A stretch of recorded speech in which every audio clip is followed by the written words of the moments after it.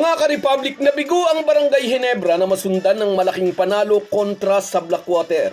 Kagabi pinataob sila ng rain or shine. May revenge factor ang panalong ito ng Elasto Painters dahil ang Gin Kings ang nagpatalsik sa kanila sa nakaraang Commissioner's Cup semifinals. Pero kagabi, dinumina ng mga bataan ni Coach Yang Giao ang kupunang nagpaiyak sa kanila sa nakaraang conference. Samantala, hindi rin pinaporma ng NLEX Road Warriors ang powerhouse SMB. Nasa tuktok ng team standings ang kupunan ng rookie coach na si Jimmy Alapag sa kanilang kartadang 4 na panalo, walang talong record. Pag-uusapan po natin yan, pero bago ang lahat ay maglalambing po ako sa inyo na isubscribe ninyo itong ating channel at kung di masyadong makakaabala ay i-like at paki-share na rin ninyo. Malaking bagay po yan sa aming mga vlogger. Maraming salamat. Mga ka-Republic, ramdam ng mga Ginebra fans ang panghihinayang kagabi.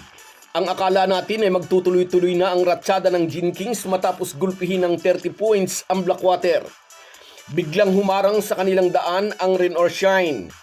Isang masakit na 110-99 na pagkatalo ang natikman ng barangay. Sa panig ng magpipintura, ito'y isang panalong in a way ay titighaw sa uhaw nilang makaganti sa kupunang madalas silang biguin sa mga nakaraang conference. Para sa kupunan ni Coach Yang Giao, may revenge factor ang panalo nilang ito laban sa Gin Kings. Ginebra ang tumapos sa magandang simula ng kampanya ng Rain or Shine sa nakaraang Commissioner's Cup. Pinag-impake sila ng mga bataan ni Team Cone sa semifinals.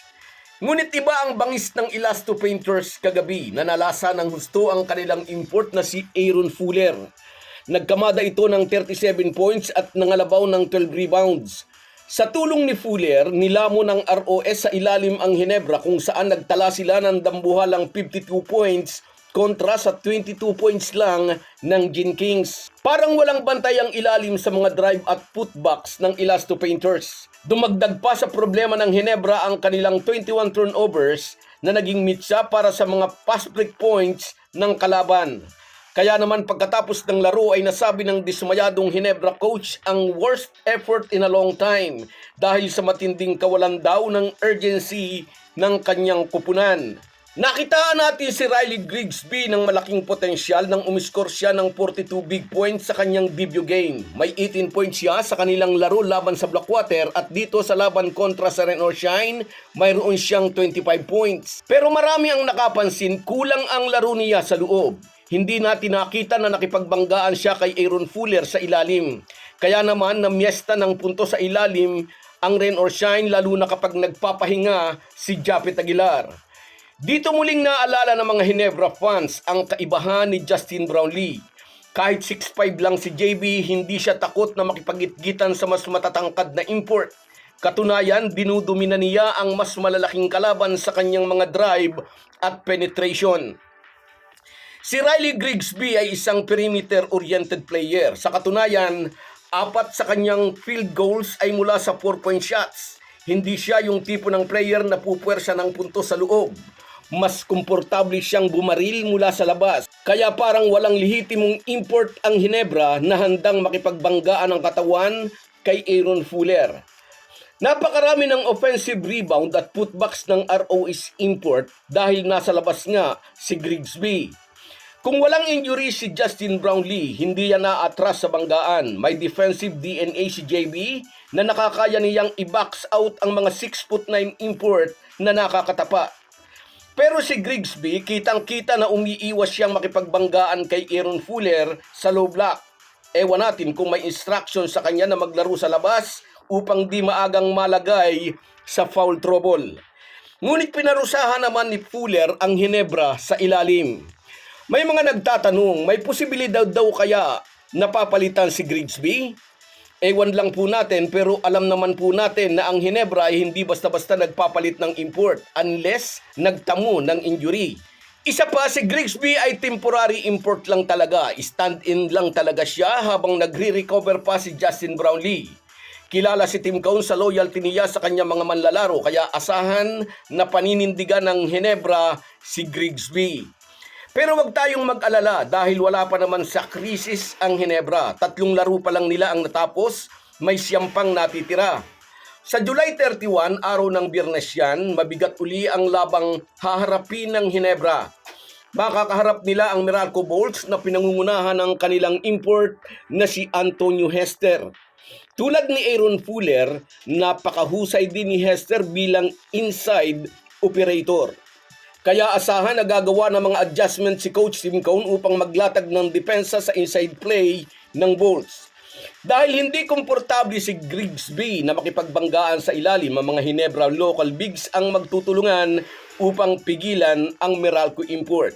At huwag tayong madismaya kay Riley Grigsby. Dahil may matalas siyang outside shooting, tiyak na hahatak yan ng depensa, lalabas si Hester mula sa pintura para habulin si Grigsby at magbubukas naman ito ng daan sa slashing layups ni Holt at RJ Abarientos. Samantala, pag-usapan din natin ang bagsik na ipinamalas ng NLEX matapos patumbahin ang powerhouse SMB 110-96. Sa panalong ito ng Road Warriors, solo leader sila ngayon sa kartadang 4 wins at walang talo. May mga nagtatanong paano raw naging ganito katindi ang depensa ng NLEX na nagawa nilang pigilan ng dominasyon ni Junmar Fajardo at ang import na si George King. Malaking bagay po ang NBA coaching experience ni Coach Jimmy Alapag.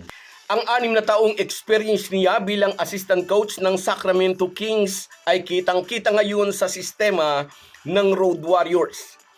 Gumagamit ang rookie coach ng modernong NBA-style help defense at wing denial gamit ang mahahabang galamay ni Dequan Jones at Shuni Winston. Dahil sa dipensang ito, napuwersa si George King na mag-commit ng siyam na turnovers. Nahalata rin ni Coach Jimmy na may bahagyang iniindang kirot sa tuhod si Junmar Fajardo. Kaya ginawa niyang mabilis na takbuhan ng laro gamit ang tuli ni Robert Bolick at Shuni Winston. Sa pamamagitan ng maraming pick and roll, ay napilit nilang lumabas si Junmar sa pintura na tuluyang nag-alis ng dominasyon nito sa shaded area. Ang limitahan ng SMB sa isang mababa sa 100 puntos na laban ay patunay lamang sa kalidad ng disiplinang naibahagi ni Coach Jimmy sa kupunan ng NLEX. This time ay makakadiretso na kaya sa finals ang Road Warriors? Aabangan ang lahat yan. So guys, yan lang muna. Hanggang sa muli. Kahit gaano po tayo kabisi ay huwag po nating kalimutan ang ating buhay espiritual. Lagi po tayong magpasalamat sa bawat araw na dagdag sa ating buhay. Malaki po ang maitutulong ng pananalangin araw-araw. Isang paalala po mula sa inyong Halo Halo Sports Republic.